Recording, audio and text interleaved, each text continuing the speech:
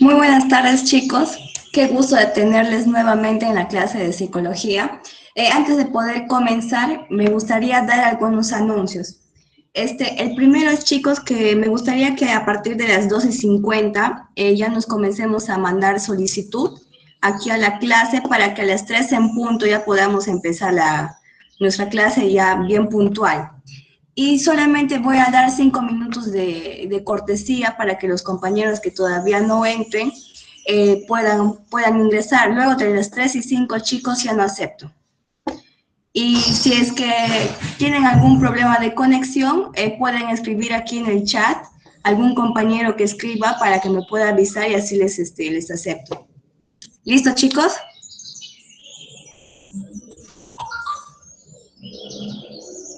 ¿Me escuchan? ¿Sí?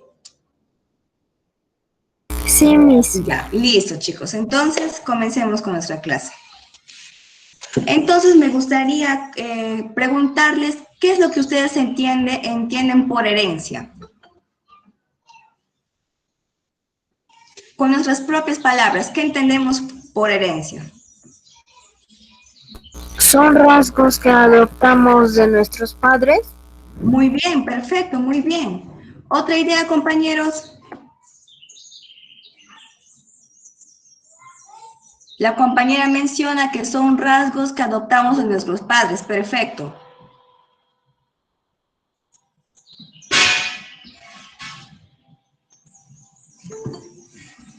Descendencia. Exacto, muy bien. Descendencia. ¿Qué más, chicos? ¿Qué más entendemos por herencia? Adoptación de rasgos, descendencia.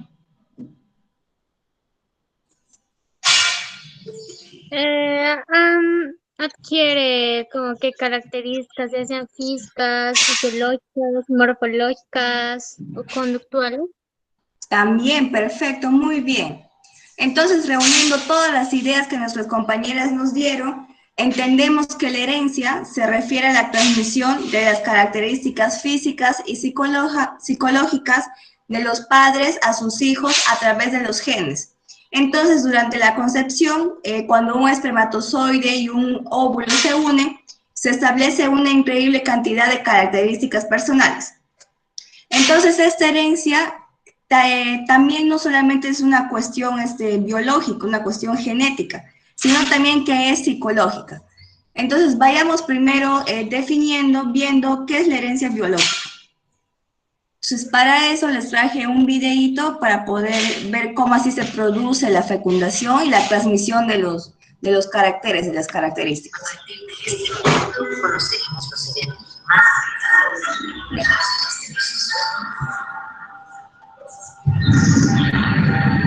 ¿Pueden ver?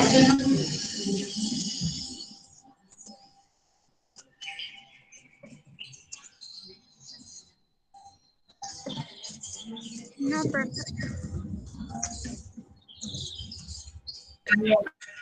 No, me.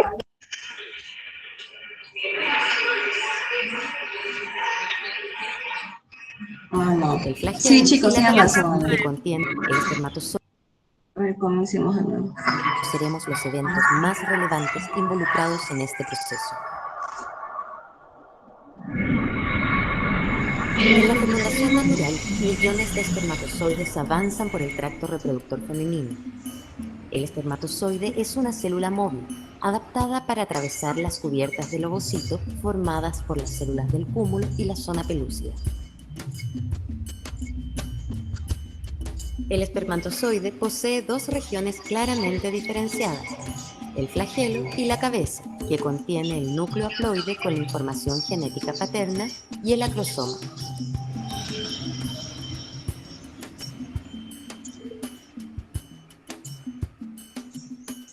Los espermatozoides eyaculados no están en condiciones de fecundar al ovocito. Antes, deben permanecer cierto tiempo en el tracto genital femenino, donde van a experimentar una serie de cambios fisiológicos y moleculares conocidos como capacitación. Fisiológicamente, la capacitación conlleva la hiperactivación de la motilidad, Los espermatozoides comienzan a moverse en forma muy activa, batiendo su flagelo a gran amplitud y baja frecuencia. Cuando alcanzan al ovocito en el oviducto, este nuevo patrón de movimiento les imprime la fuerza mecánica necesaria para atravesar las células del cúmulo. Solo los espermatozoides ya capacitados e hiperactivados podrán penetrar esta cubierta y participar en la fecundación.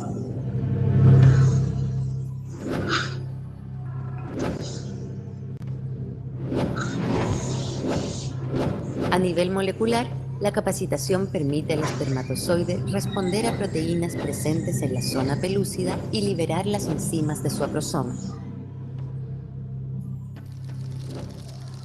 Así, el espermatozoide permanecerá en contacto con la zona pelúcida mediante la llamada unión secundaria y podrá atravesar esta cubierta para alcanzar finalmente el espacio perivitelino. Aquí su membrana se fusiona a la membrana plasmática del ovocito. El espermatozoide es incorporado en el citoplasma ovular. En esta activación del ovocito ocurrirán importantes eventos. El calcio intracelular aumenta de manera oscilatoria.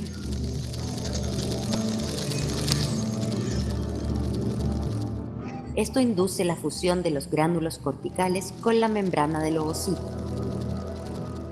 Así, se modifica la estructura química de la zona pelúcida y de la membrana ovocitaria.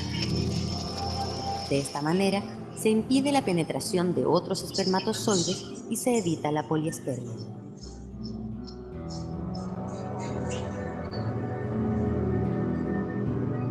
Al momento de la fecundación, el ovocito se encuentra detenido en la metafase de la segunda división meiótica, la que termina una vez que penetra el espermatozoide. El ovocito completa la meiosis y libera el segundo corpúsculo polar al espacio perivitelino. El conjunto cromosómico haploide del ovocito se transforma en el pronúcleo femenino. La envoltura nuclear del núcleo haploide del espermatozoide se desensambla. La cromatina se descondensa y adquiere una nueva organización. Las protaminas, unidas a su DNA para disminuir su volumen, son reemplazadas por proteínas de origen ovocitario, las histonas. Luego, se reconstituye la envoltura nuclear alrededor de la nueva cromatina espermática, formándose el pronúcleo masculino. A partir de este evento, el citoplasma del ovocito adquiere el control del núcleo del espermatozoide. De la unión de los gametos se ha constituido una sola célula llamada cigoto, la cual contiene un conjunto haploide de cromosomas paterno y uno materno dentro de un citoplasma común. Alrededor de 8 horas después de la inseminación, ambos pronúcleos inician simultáneamente la síntesis de DNA, que se completará en las siguientes 6 a 7 horas. Debido al gran tamaño del ovocito, ambos pronúcleos migran al centro y sus envolturas se desensamblan. La cromatina se condensa en cromosomas, los que una vez duplicados se organizan en la placa metafásica, preparándose para la primera división celular. En este momento ocurre la integración genómica, es decir, la mezcla de cromosomas paterno y materno. Gracias a ella, el nuevo individuo tendrá la oportunidad de enfrentar las variaciones de un medio ambiente en constante cambio. La activación del ovocito por el espermatozoide fecundante ha desencadenado el inicio y la progresión del desarrollo embrionario. El cigoto se divide para formar las 2 primeras células.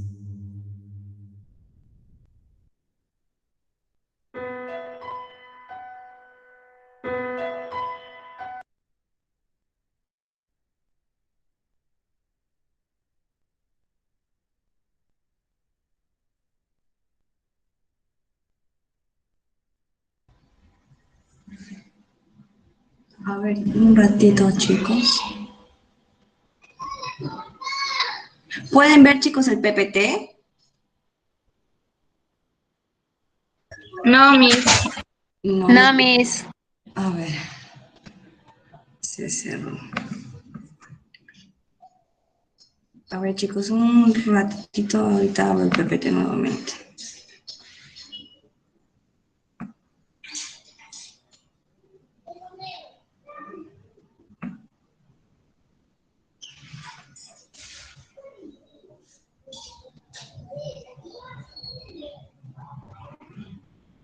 Ya, listo.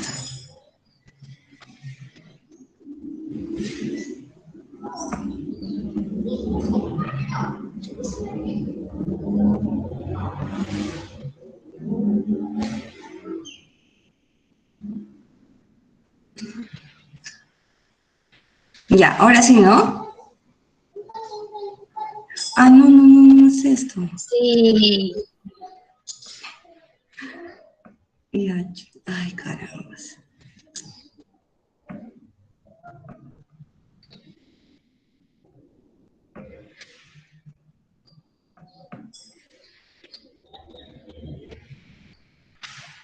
Ya, es ese de acá.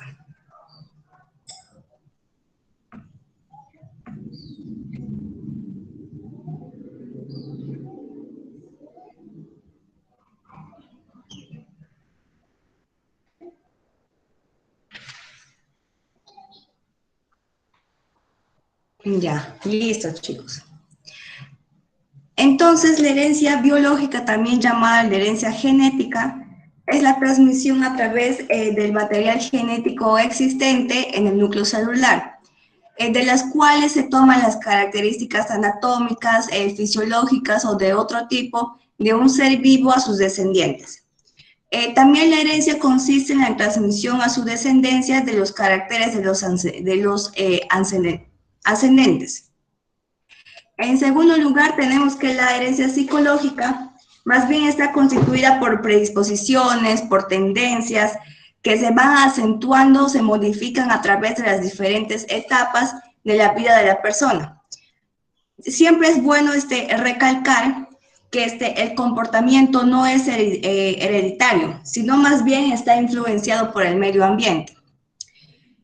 Entonces, una de las predisposiciones que va encontrando esta herencia psicológica es el temperamento, la personalidad y el carácter.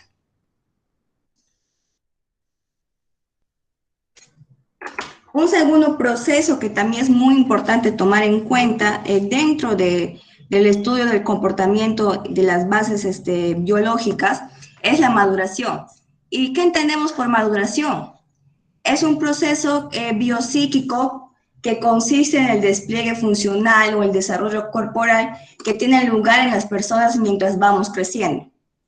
La mayor relevancia de este proceso sucede en la primera infancia, donde se va observando los cambios físicos que van experimentando los recién nacidos desde que nacen hasta que van cumpliendo un año. El desarrollo psíquico necesita una adecuada y simultánea maduración de tres sistemas muy importantes: el nervioso, el muscular y de las glándulas endocrinas, y el sistema endocrino. Entonces, podemos decir que el sistema nervioso tiene una influencia muy importante en cómo la persona va desarrollándose biopsíquicamente. Y vamos primero comprendiendo qué es el sistema nervioso. Es un complejo conjunto de células encargadas de dirigir, supervisar y controlar todas las funciones y actividades de nuestros órganos y el organismo en general. Tiene una función muy importante que es la función relacional. Y como su propio nombre lo dice, como esta palabra lo indica, relaciona las funciones y los estímulos de las diferentes partes de nuestro cuerpo a través del sistema central. Entonces, de esta manera es posible que los seres humanos puedan coordinar sus movimientos o las respuestas, tanto conscientes como reflejas. Entonces, se vuelve una tarea muy importante comprender la anatomía y la fisiología del sistema nervioso, porque permitirá entender la relación directa que existe entre nuestro comportamiento y nuestro organismo. Entonces, dentro de las estructuras nerviosas, existen tres funciones muy importantes. La primera de ellas se llama la sensibilidad. la cual es un proceso por el cual se detecta y se recepciona estímulos internos y externos mediante los órganos sensoriales, los cuales transmiten todo lo que van recogiendo al cerebro. Entonces, de esta manera, todos nosotros, los seres humanos, podemos conectar con nuestro medio externo, con lo que vamos observando, percibiendo con nuestros sentidos, el entorno social.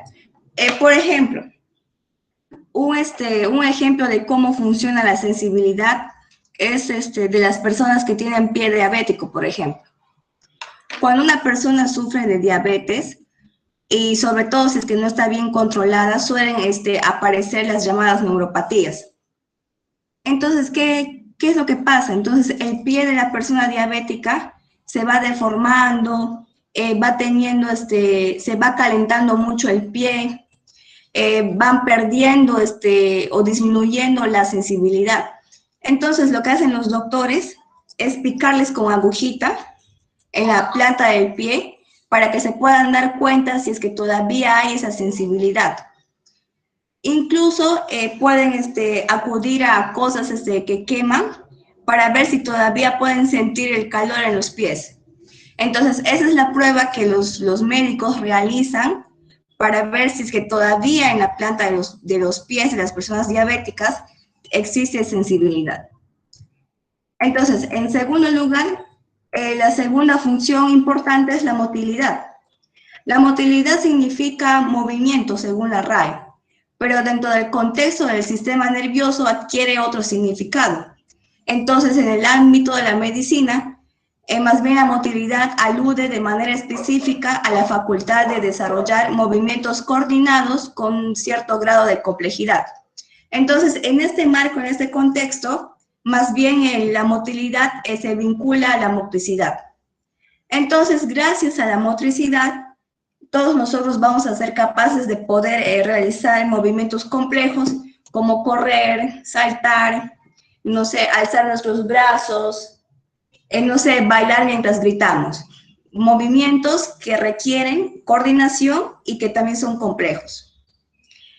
Y en tercer lugar tenemos la coordinación, que es un proceso compuesto de muchas fases simultáneas en el que se recibe y se procesa la información y se envían de vuelta las órdenes oportunas a los órganos adecuados.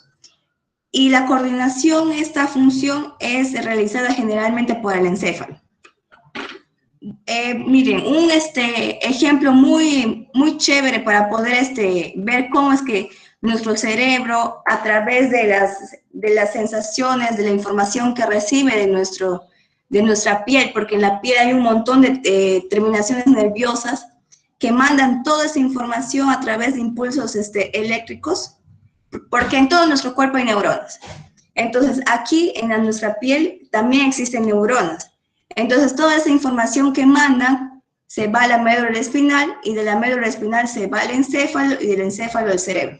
Así es como sucede la transmisión de información. Entonces, para ver cómo es que funciona la coordinación, no sé, pensemos que estamos caminando por la calle y de repente oímos unos ladridos que nos da miedo, que nos asustan. Entonces giramos nuestra cabeza y vemos, no sé, a un tigre, así enorme, que viene corriendo hacia nosotros. Entonces, en ese punto, por medio de nuestra vista y de nuestro oído, hemos captado unos estímulos que rápidamente son llevados por todo el sistema nervioso a nuestro cerebro. Entonces, este órgano tan importante va a dar una respuesta negativa porque nos da miedo. Entonces, nos va a decir que tenemos que alejarnos porque estamos en peligro. Lanza esa orden por sus canales convencionales, primero a la médula espinal y desde allí a toda la red nerviosa que compone el aparato locomotor. Entonces, sin pensarlo, inmediatamente nosotros vamos a ir corriendo delante del tigre. Nos vamos a huir antes que nos coma. Entonces, nuestro sistema nervioso está dividido por subclasificaciones que son muy importantes. Las dos principales es el SN periférico y el SN central. y cada uno de ellos también está subdividido en diferentes elementos. Y vamos a ir viendo cuáles son ellos. Entonces, primero comencemos por nuestro sistema nervioso periférico. ¿Y qué es?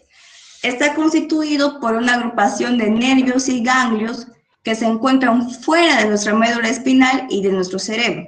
Conectan la espina dorsal con los músculos y los receptores de sensaciones. Entonces, si vemos de repente que existen lesiones en esta área, en el SN periférico, va a haber dificultad para la comunicación entre el cerebro y el resto del cuerpo. Y el SN periférico también se encuentra constituido por dos subdivisiones principales. La primera es el SN somático, cuya función es transmitir el mensaje de los sentidos a nuestro sistema central y el que lleva los mensajes del sistema nervioso central a los músculos esqueléticos. También está formado por neuronas sensitivas y motoras que llevan información.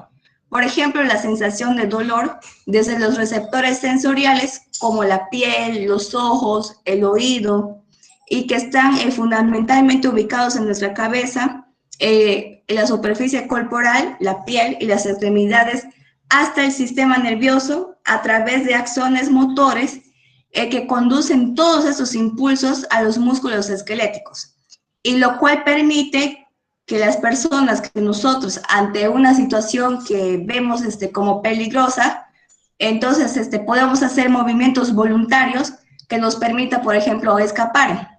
O si no, también movimientos complejos como saludar con la mano o escribir con un teclado.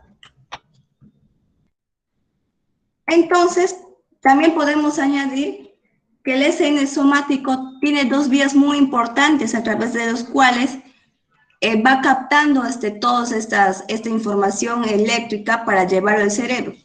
Y la primera que encontramos es la vía sensitiva somática o aferente somática, la cual es la primera entrada por donde se recibe la información. Y esta información, a su vez, está relacionada con elementos como la temperatura, el dolor, el tacto, los sentidos especiales, como por ejemplo la visión, la audición, el gusto, el olfato, y también la información que va proveniendo de los músculos y de los tendones. Y junto a esta información que se recibe, que es somática, el sistema también propicia una respuesta somática o efectora, también conocida como motora y que es voluntaria, y que corresponde más bien a la contracción del músculo esquelético a través de la vía eferente. Entonces, las dos vías que tenemos es vía sensitiva somática y la vía eferente. Entonces, cuando el sistema nervioso periférico no está funcionando bien, pueden aparecer dos síndromes. El primero es el síndrome del túnel carpiano y el segundo son las neuralgias. Es lo que le pasa a las personas diabéticas cuando tienen pie diabético, que se causa un daño o una irritación en los nervios de los pies. Entonces causa una intensa o intermitente sensación de dolor y de shock. Los pies ya no tienen sensibilidad. Y en segundo lugar, sabemos que el sistema nervioso autónomo es una de las divisiones que se ha realizado del sistema nervioso a nivel funcional. Su función está en conectar las neuronas de nuestro sistema nervioso central con el resto de sistemas corporales y órganos, tales como las glándulas y los músculos lisos, entre los cuales se encuentran nuestros corazones y el sistema digestivo. La función básica que tiene el sistema nervioso autónomo es el control de los procesos internos del organismo, es decir, el de las vísceras de nuestro sistema digestivo, siendo los procesos regidos por ese sistema ajenos a nuestra voluntad. Lo que pasa en nuestro sistema digestivo, todos los movimientos, toda la motilidad digestiva que existe, es algo que no podemos controlar. Por eso, cuando uno habla del SN autónomo, habla más bien de movimientos involuntarios. Entonces, por ende, es crucial para las funciones corporales, tales como la respiración, la digestión y la circulación. Y el sistema autónomo, el SN autónomo, a su vez, también tiene otras subdivisiones. La primera que tenemos es el SN simpático. Chicos, ¿alguien me puede así comentar de qué trata el sistema nervioso simpático? En nuestras propias palabras.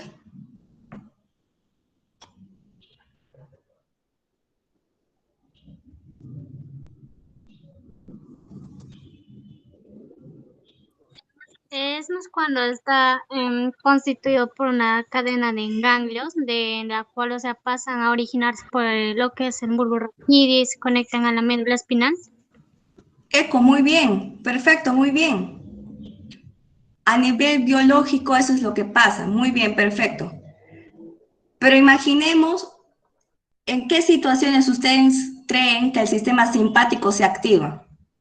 Cuando estamos en una situación relajada o una situación de peligro.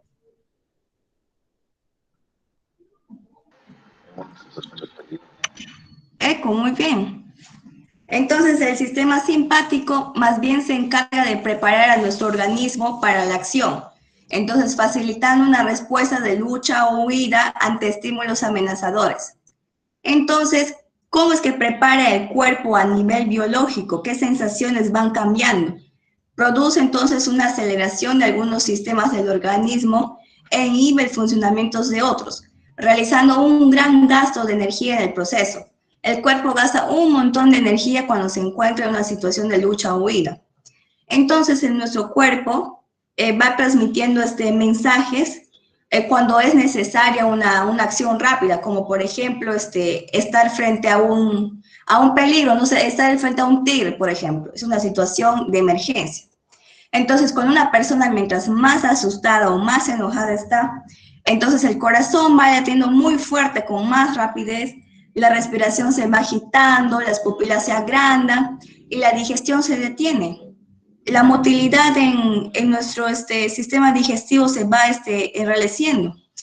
Entonces, un ejemplo de cuando ese sistema está en función es cuando una persona, por ejemplo, siente que la están siguiendo para hacerle daño. Entonces pasa estas consecuencias que hemos ido mencionando, que la respiración aumenta y el corazón se comienza a agitar. Y el sistema nervioso parasimpático, más bien, ¿en qué momento se activa? Comienza a funcionar. Si dijimos que el simpático es ante una situación de lucha o huida, ¿el parasimpático también? ¿O no? Eco, Joana, muy bien. En un estado de relajación, exacto. Entonces, más bien esta rama del sistema nervioso es la que se encarga de volver a un estado de reposo, como dijo la compañera, de relajación, tras un periodo de gran gasto energético. Entonces, luego de haber estado en una situación de lucha o huida, entonces comienza a activarse nuestro sistema nervioso parasimpático para que el cuerpo vuelva a un estado de calma. Entonces, va creando un efecto bastante contrario al primer sistema. Entonces, actúa cuando la situación de alerta o de crisis ya pasó y entonces ya comienza a necesitar que el cuerpo vuelva a la calma. Entonces, en este tiempo, los latidos del corazón van bajando su intensidad, la respiración se vuelve más lenta y los músculos de nuestro estómago se relajan. Entonces, el sistema digestivo ya va acelerando su motilidad. Entonces, chicos, aquí tenemos una figura de las acciones, de las funciones de nuestro cuerpo cuando está cuando el sistema simpático está reaccionando y también cuando el sistema parasimpático. Aquí me gustaría primero leer sobre la división simpática. Una voluntaria. Yo. Listo, compañerita.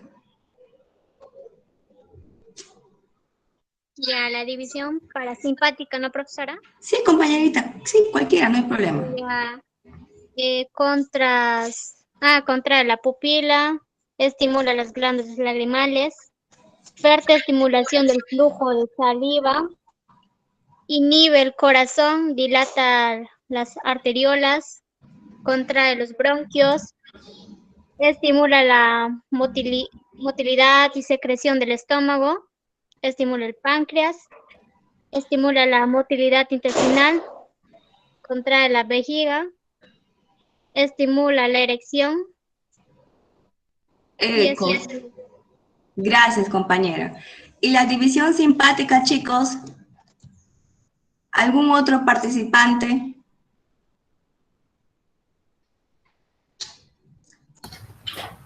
Yo, Miss. Listo, compañera.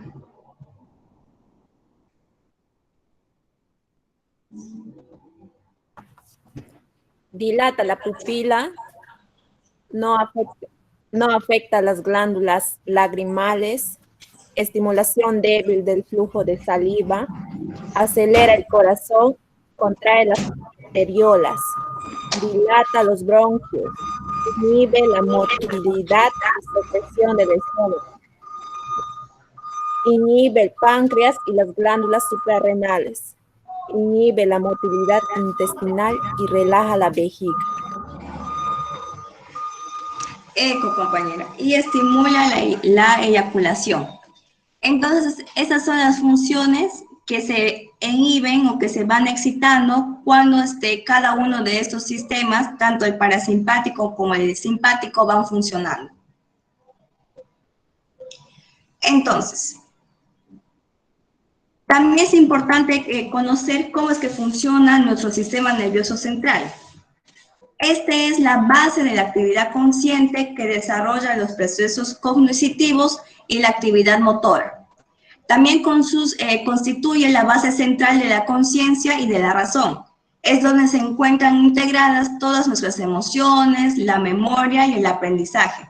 También incluye nuestra manera de actuar, pensar y sentir ante distintas situaciones, y se encuentra regida por el encéfalo. Entonces, es el encéfalo el que le va a mandar la información eléctrica, esta información de neurona a neurona al cerebro.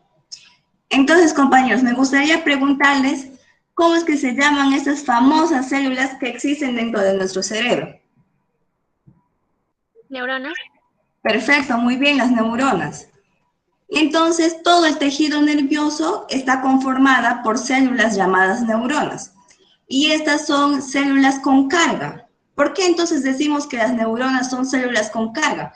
Porque conducen señales eléctricas para transmitir la información por todo nuestro cuerpo.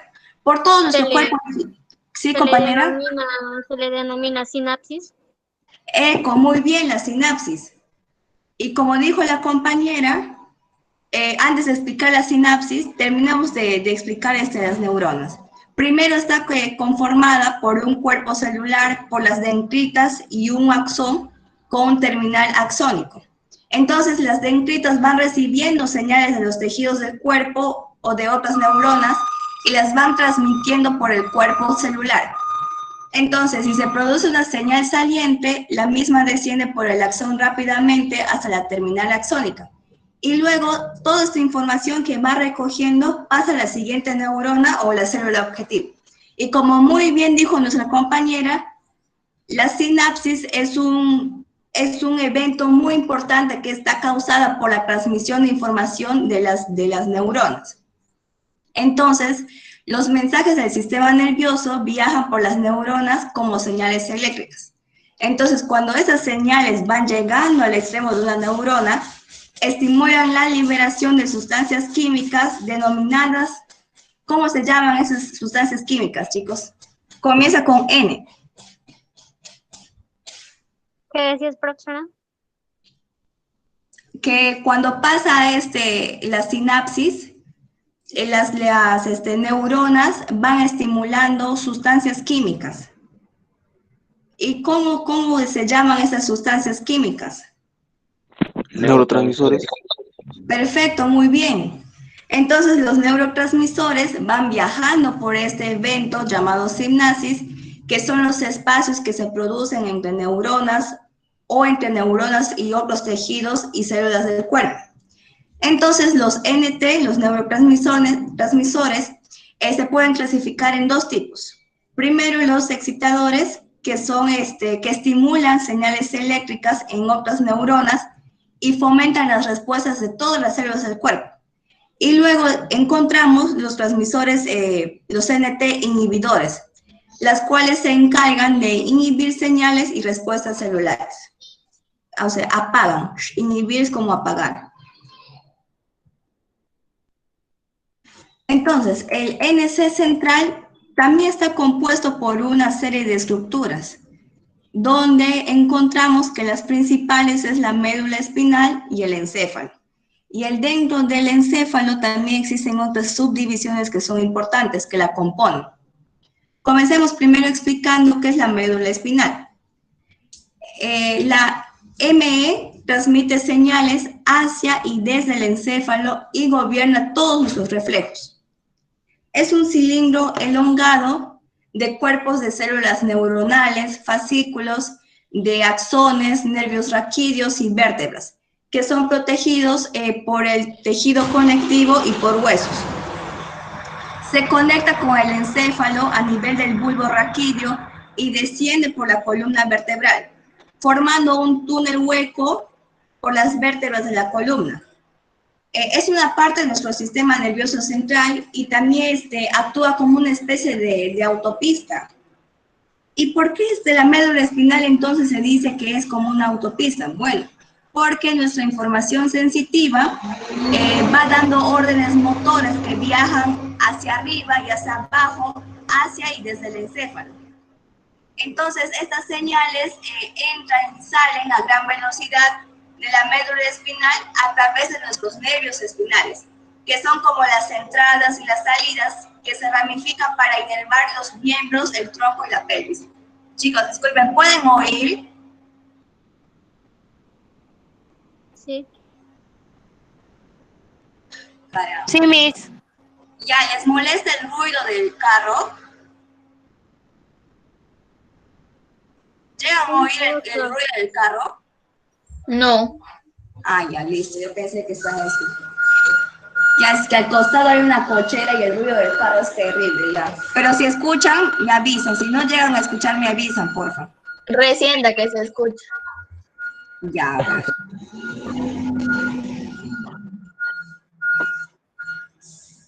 Ya se va a ir. Ya, chicos, a ver. Entonces, luego de haber explicado la médula espinal, vamos a ir a entender qué es el encéfalo, entonces. Entonces, se conecta las percepciones con nuestros pensamientos más complejos y también con la memoria y nuestras emociones. Se caracteriza por ser el centro de control de nuestro cuerpo, porque regula funciones como el hambre, el sueño, el movimiento y también incluso las emociones, como por ejemplo el amor, el odio, la tristeza, la alegría, entre otras. Sus partes muy importantes es el tallo cerebral, o también llamado el tronco encefálico. Este une el cerebro con la médula espinal, por lo que aquí se encuentran los centros de control relacionados con las funciones vitales para la supervivencia del organismo, tales como la respiración, la deglución, la presión sanguínea y el ritmo cardíaco. Está compuesto por 3 estructuras importantes. La primera es la protuberancia anular, que funciona como una vía sensitiva que conduce las sensaciones desde la médula hasta el cerebro y viceversa. Y asimismo es una estructura que nos permite mantener el equilibrio corporal. En segundo lugar, el bulbo raquídeo controla el ritmo cardíaco, la presión sanguínea y también interviene en nuestro ritmo respiratorio. También tiene influencia en el control de la deglución, el vómito, el estornudo y la tos. Y por último, el mesencéfalo controla los movimientos oculares, los movimientos de los ojos, y regula los reflejos de estos órganos de la cabeza y el cuello.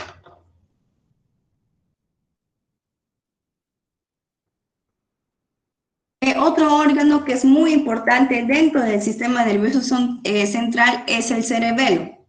Este se ubica en la parte posterior del encéfalo, justo detrás del cerebro, y también se conecta con la médula espinal. Es el que se encarga de relacionar, el que vincula las vías sensitivas y las vías motoras, las vías para sentir y las vías para coordinar movimientos. Entonces, por ello, es posible mantener la postura y el equilibrio corporal, además de coordinar diversos movimientos motores como caminar, escribir, correr, hablar, así como la tensión muscular. Entonces, vamos a comenzar a explicar ahora el órgano más importante del SN central. Entonces, ¿qué es el cerebro? Es el órgano más importante de nuestro sistema nervioso porque controla la mayoría de respuestas del organismo, desde los movimientos más simples hasta los más complejos. Es el soporte material de los procesos psíquicos superiores y está constituido tanto por la corteza cerebral y la subcorteza. Entonces, la corteza cerebral más bien hace referencia a un estrato exterior a nuestro cerebro. Está formado por una capa, por una fina película de tejido nervioso que la envuelve no solamente a ella, sino a los hemisferios cerebrales que existen dentro de la corteza cerebral. Entonces, gracias a este correcto funcionamiento de esta parte importante del cerebro, los humanos tenemos la capacidad de percibir aquello que nos ocurre.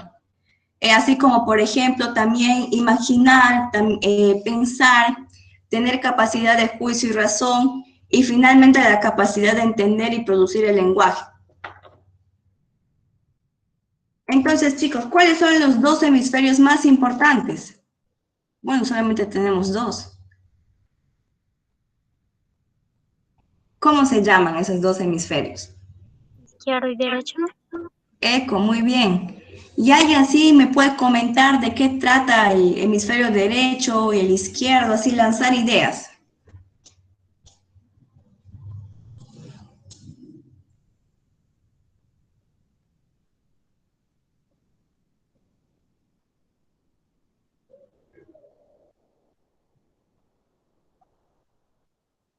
Chicos, mira, aquí vemos en la figura. Ya, profesora. ¿Qué podemos ver en la figurita?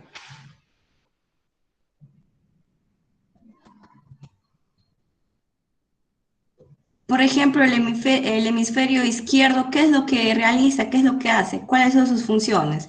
¿En dónde influye? En el razonamiento. El hemisferio izquierdo es más como que complejo.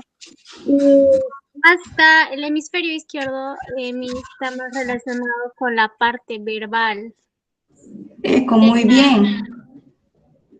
Y el hemisferio derecho es el que guarda como que con la expresión que es no verbal. O sea, es aquel que como que piensa, recuerda a través de imágenes. Tiene ese tipo de aptitud en el que se encuentra como que una orientación de lo que puede ser la percepción para captar y expresar sentimientos o emociones. Eco, Pero más muy como bien. que en una conducta emocional. Hay algunos que pueden hacer funcionar como que más el hemisferio del derecho o viceversa. Eso, Stephanie, muy bien, exacto. Eso es. Entonces, el hemisferio izquierdo, como dijo la compañera, es el que controla la escritura y también controla el movimiento del lado derecho del cuerpo. Rige el lenguaje y las tareas que implican razonamiento simbólico. Y Stephanie, ¿te acuerdas cuál es el área que existe aquí en el hemisferio izquierdo que sale relacionado con el lenguaje?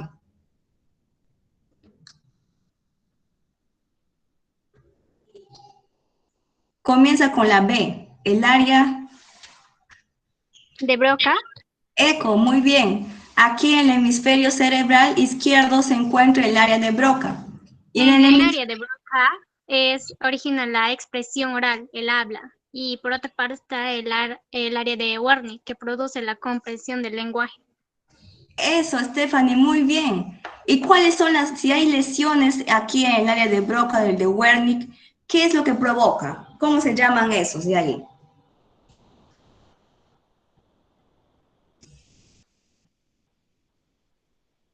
Provoca una serie de afasias, que lo vamos a ir explicando cuando lleguemos a los lóbulos craneales. Muy bien, Stephanie, muchas gracias. Entonces, el hemisferio derecho más bien controla el tacto. ¿Sí, compañero? Disculpe que interrumpí una preguntita. Sí, compañero, sí te Hay escucho. una lesión a nivel del área de Broca no produce. Ya. Una lesión en el a nivel del área de Broca no produce dificultad en el lenguaje. Ajá, ¿y qué es lo que provoca entonces? La famosa, o sea, dificultad en el lenguaje, por ejemplo, de repente dislexia severa, o bueno, algo así, problemas así, mejor dicho. Ajá, O que estoy buscando. mira, pasemos más o menos cuando estamos aquí en los lóbulos, aquí está todo lo que se va provocando. Las afasias, las parafrasias. Esperemos un ratito para poder explicar esa parte de ahí, ¿te parece? Sí, Listo. Entonces, como les iba mencionando, el hemisferio derecho es el que controla el tacto y el movimiento del lado izquierdo del cuerpo. Rige las tareas no verbales, las visuales y las espaciales. Entonces, también existen 4 lóbulos craneales que son muy importantes. La primera es la occipital. Esta región es muy básica para el procesamiento de la visión y cuenta con zonas específicas para cada uno de sus propiedades sensitivas, como el movimiento, el color, etc.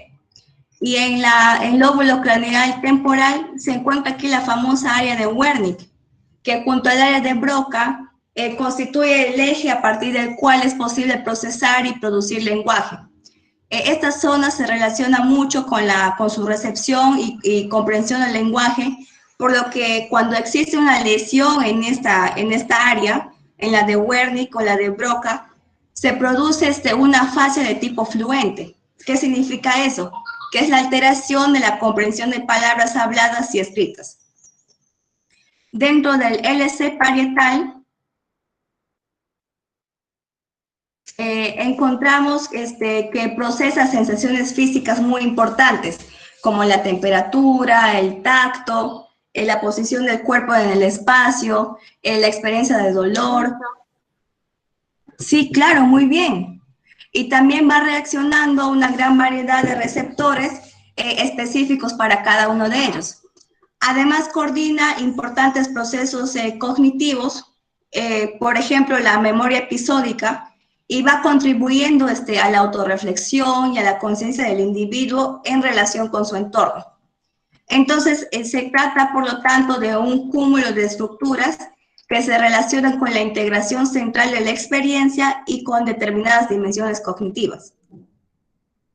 Mientras que el LC frontal tiene una importante estructura llamada el giro precentral, que es una área motora primaria necesaria en este lóbulo porque va a permitir iniciar los movimientos voluntarios o deliberados, en colaboración con otras zonas del sistema nervioso central.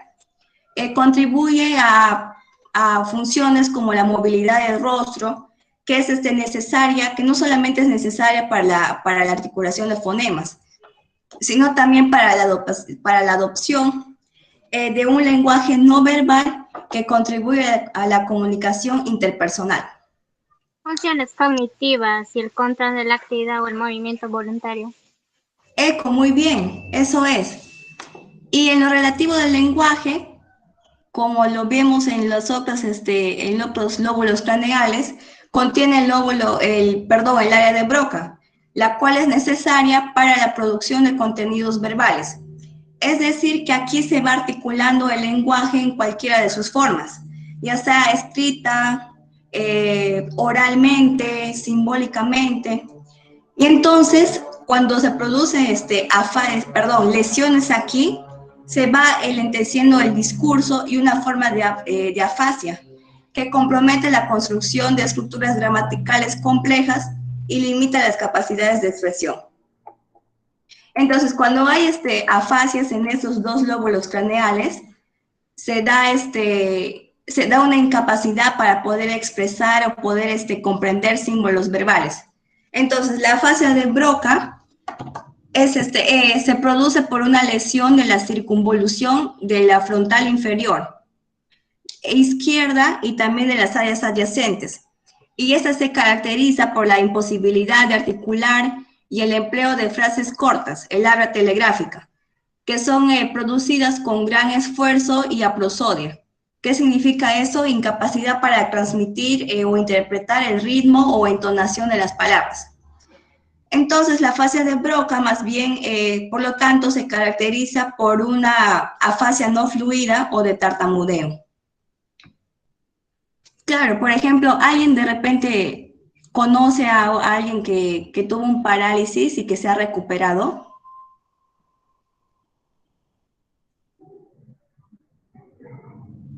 Por ejemplo, yo tengo un pariente muy cercano que tuvo un parálisis y esto es bien característico.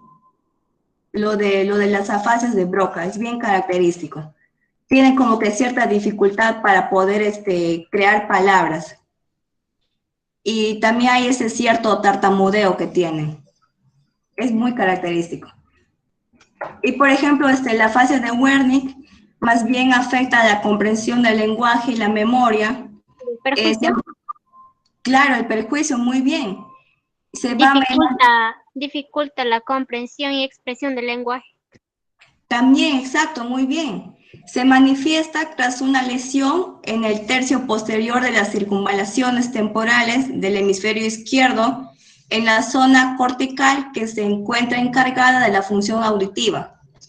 Se expresa en dificultades para analizar los sonidos de la lengua, trastornándose la comprensión y la expresión del lenguaje oral, como dijo la compañera, imposibilitando la repetición correcta de elementos lingüísticos aislados e impidiendo la recepción de conjuntos de sonidos como poseedores de significado.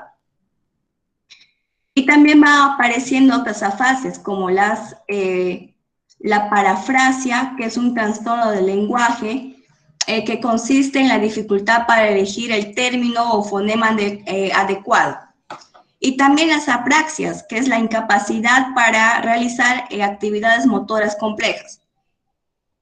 Y sus subdivisiones es la apraxia idiomotora, la apraxia ideatoria, el síndrome de Hertzmann. Y luego tenemos que también se producen las agnosias, que es la incapacidad para reconocer los objetos o diferentes partes del cuerpo. Las que encontramos dentro de esa subdivisión tenemos las agnosias visuales, las agnosias táctiles, las agnosias corporales, las agnosias auditivas. Y por último tenemos que también existen las famosas amnesias, que es la incapacidad de extraer información almacenada en la memoria, y se subdivide en la anterógrada y la retrógrada.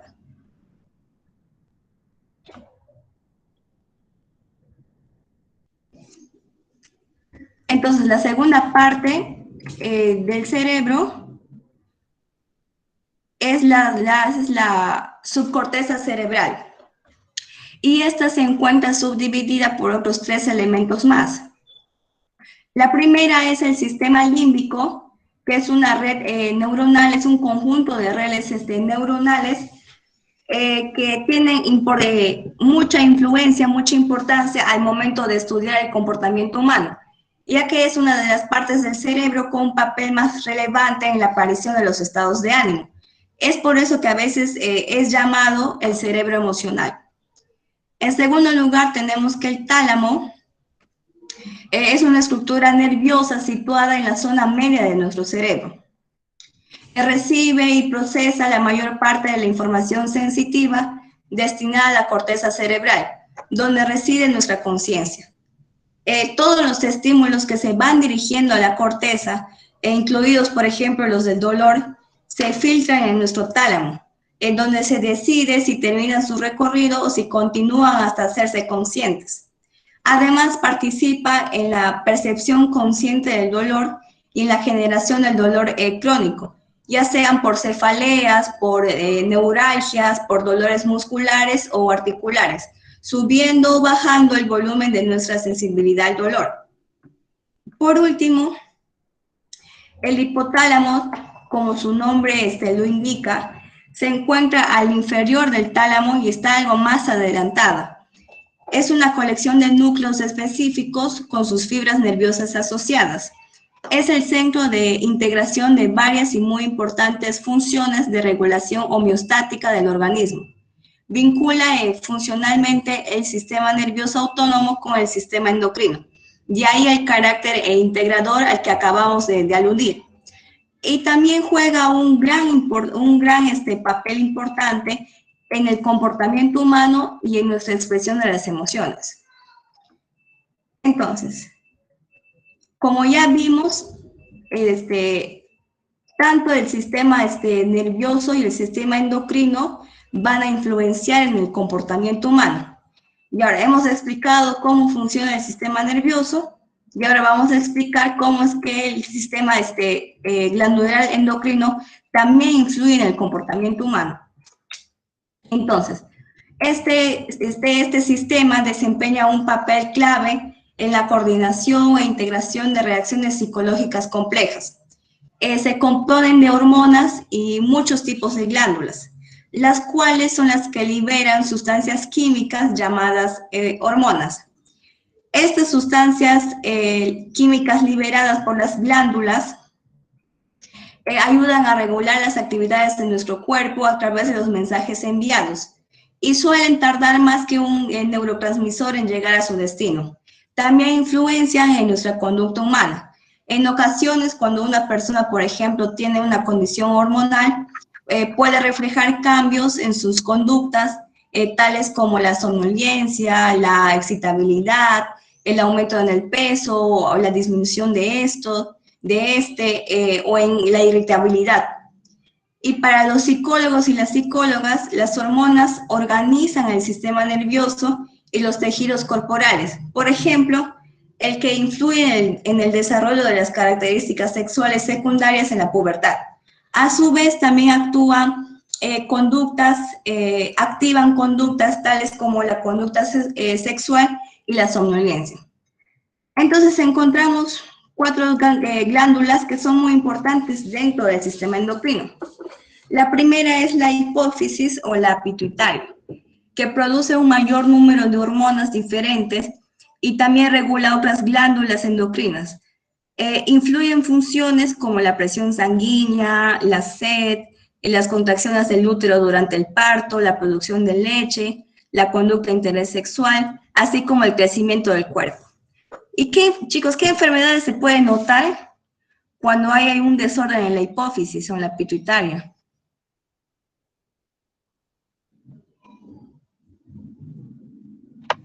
El gigantismo, la otra ¿no? Muy bien, el enanismo, el gigantismo. Lo que le pasó a Messi, por ejemplo.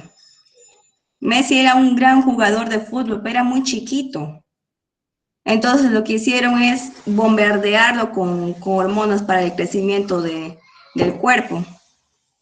Eso es. Y en segundo lugar, a las glándulas... ¿Sí, compañero? Nada, me sino también un caso puede ser como le pasó a Margarito o a otro actor que tenía acromegalia. Bueno, Margarito tenía gigantismo, pero había otro que también tenía acromegalia. Claro, exacto, muy bien. Eso es, Margarito es un gran ejemplo de cómo la hipófisis no estaba funcionando muy bien, porque era muy grande. Y a la larga también causa otros daños, por ejemplo, en el corazón, en los músculos, en los tendones, en todos esos elementos va causando daños también. Y en segundo lugar tenemos que las glándulas tiroides se encuentran localizadas debajo de la laringe y produce una hormona muy importante llamada tiroxina, que es la encargada de regular el metabolismo del cuerpo y por consiguiente el estado de alerta y de energía de las personas, así como también su peso.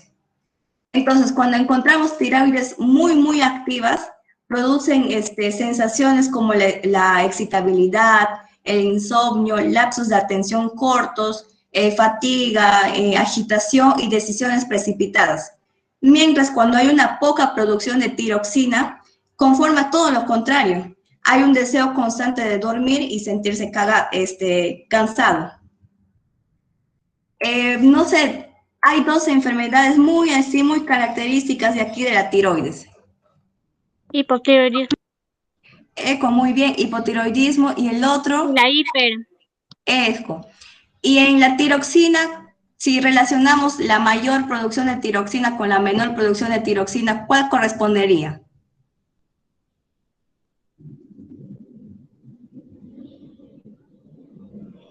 La hiper. Eco. Si hay mayor tiroxina, la hiper. Si hay menor tiroxina, La hipotiroidismo. el hipotiroidismo. Eco, muy bien. Sí, y también es muy cierto, chicos.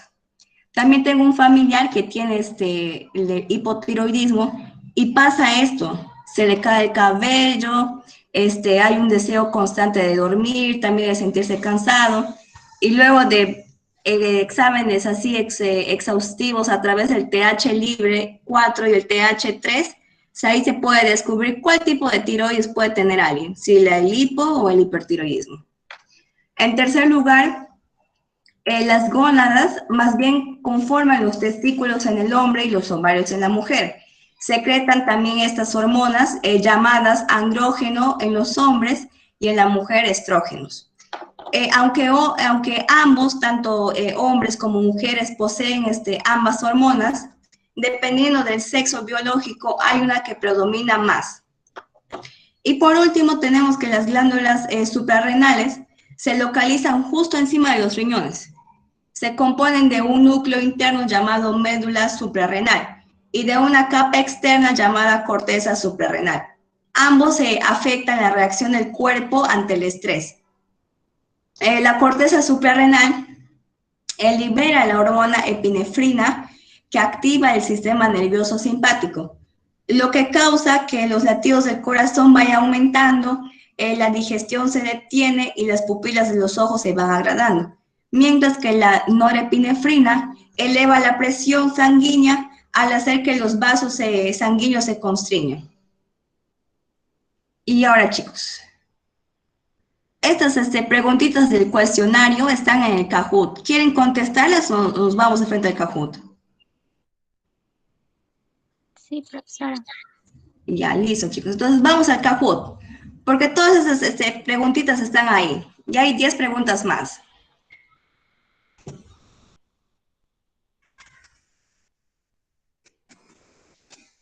Chicos, entremos al Kahoot.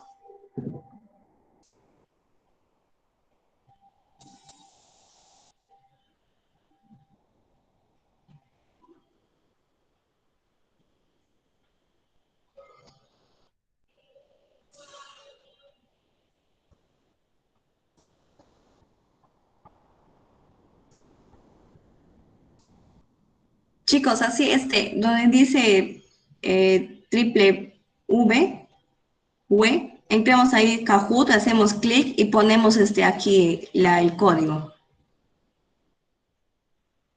Ya Michelle ya entró, Natalie también, Jack, Chemi. Jane, a ver si intentas de nuevo, si lo vuelves a abrir, lo vuelves a cerrar y luego abrir. Y luego manualmente pon el código, porque a veces cuando copias y pegas, no quiere. Eso, Ana, muy bien, Ali. Me avisas, Jane, si puedes, porfa. Eco, gracias, Jane. Stephanie, el compañero o compañera 3249583, Kiara. Ya está, profesora. Gracias, Jane. Fred, Ángeles.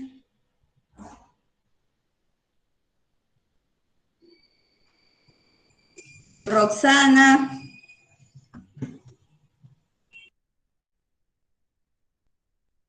Ana Patricia, Emilio. María, Jane, Joana.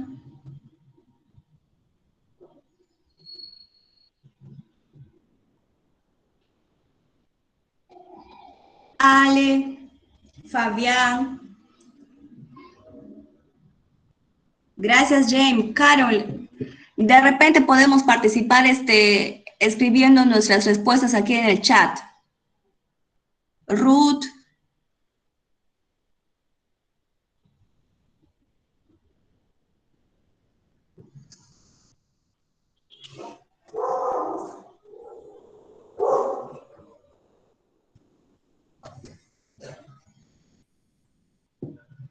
Ya chicos, go, go o no go todavía. ¿Alguien más le falta entrar? Catherine, Nick. Go, miss. Ya listo chicos, go, go. Vamos, 1, 2, 3. Ay, compartir esa página, ya está. Uy, casi. Solamente hay 20 segundos chicos para contestar.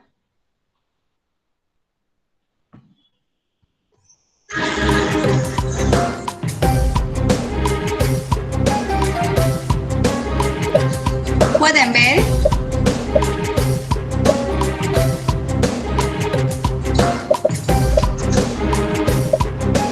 No, Miss.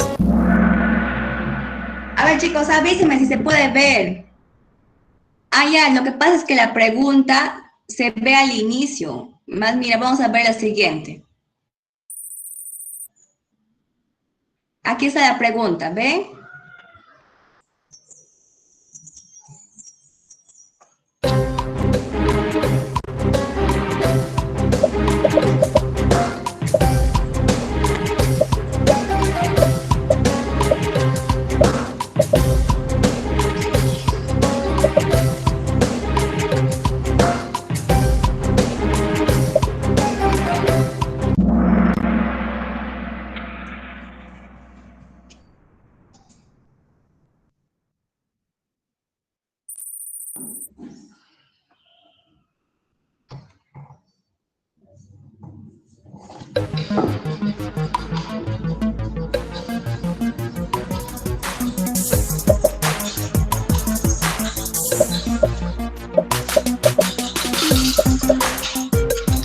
Fred, la pregunta se ve en la pantalla de aquí, de la presentación. Y luego las respuestas se ven en tu celular. Me avisas si para poder ayudarte. Mira, vamos a hacer una otra prueba. Justo ahorita va a aparecer la pregunta. El sistema nervioso tiene como funciones y luego aquí las respuestas. Sensibilidad, coordinación, motilidad, los tres son correctos.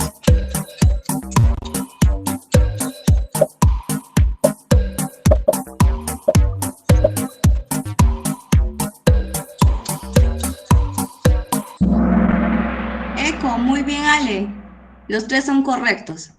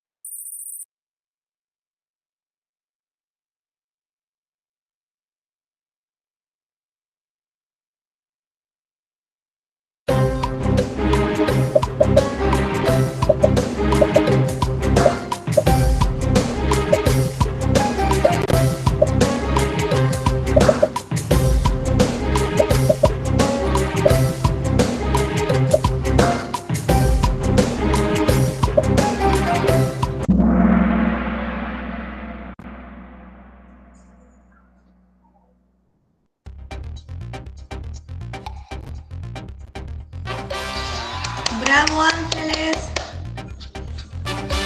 Muy bien, Fabián.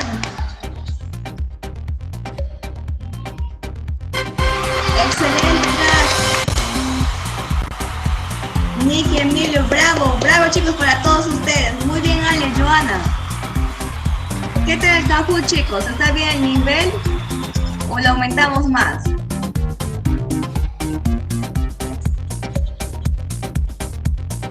Hay que aumentar para la otra clase. Ya, va a comentar más el nivel. Listo. Listo, chicos. Eso fue la clase de hoy, chicos. Cualquier duda, cualquier sugerencia, algo que necesiten relacionado a la clase, escriban a mi correo nomás y les puedo mandar material para que puedan complementar, si es que desean. ¿Listo? Gracias, Jane. Listo, chicos, cuídense mucho. Que pasen un buen fin de semana. Hasta luego, Miss. Hasta luego, chicos.